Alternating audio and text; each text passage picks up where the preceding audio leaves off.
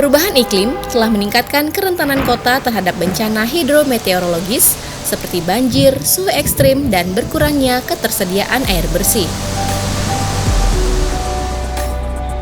Solusi berbasis alam menjadi langkah adaptasi dan mitigasi iklim yang krusial untuk membangun ketahanan berbagai jenis lanskap, termasuk kota, dan melindungi masyarakat dari dampak perubahan iklim. Inisiatif Cities for Forest oleh WRI Indonesia mendukung terwujudnya kota-kota Indonesia yang berkelanjutan melalui pengarusutamaan solusi berbasis alam, baik dari aspek pendanaan, regulasi, maupun perencanaan spasial.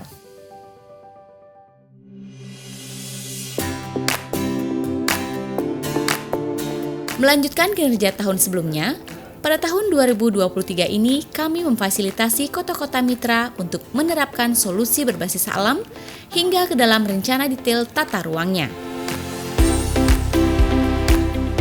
Saya senang sekali WRI Indonesia dapat berkolaborasi dengan Ikatan Ahli Perencanaan, membantu Kementerian ATR BPN untuk mengarusutamakan solusi berbasis alam dalam rencana detail tata ruang kabupaten dan kota.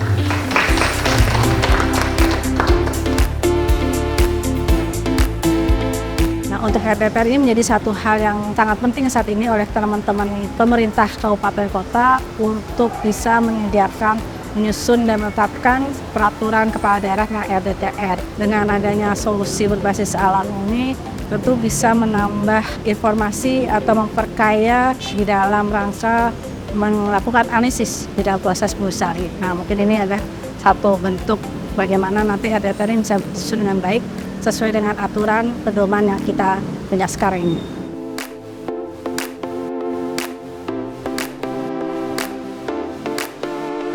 Pendekatan SDA ini hal yang baru bagi Kota Medan ya, karena sebelumnya sewaktu penyusunan di 2015 kita tidak tahu mengenai pendekatan berbasis alam ini.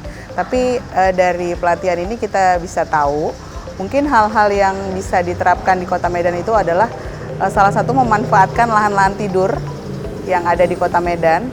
Mungkin sama seperti Jakarta. Jakarta itu punya beberapa alternatif ruang terbuka hijau yang dimanfaatkan, itu tadinya lahan tidur yang tidak punya nilai ekonomi yang tinggi. Mungkin bisa dimanfaatkan di Kota Medan itu jadi punya nilai ekonomi yang lebih tinggi, misalnya memanfaatkan lahan-lahan tidur untuk menjadi taman kota, hutan kota gitu.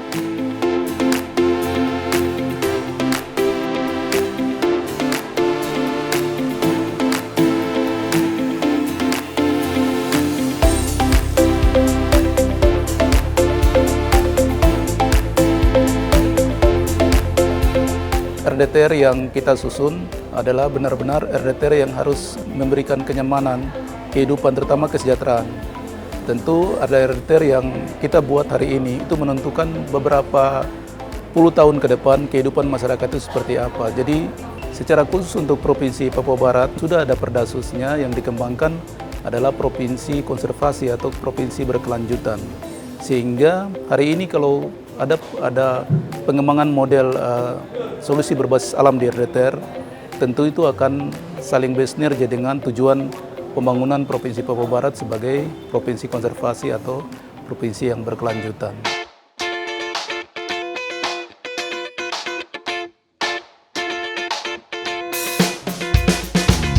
Sebenarnya di dalam RDTR itu kita sudah mempertimbangkan sumber daya alam. Jadi dalam prosesnya ketika kita menganalisis itu juga kita mempertimbangkan terkait dengan alam.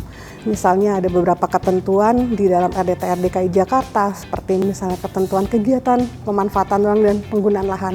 Itu juga ada beberapa kegiatan yang kita pertimbangkan ini dibolehkan atau tidak, atau dibolehkan bersyarat pada zona-zona tertentu.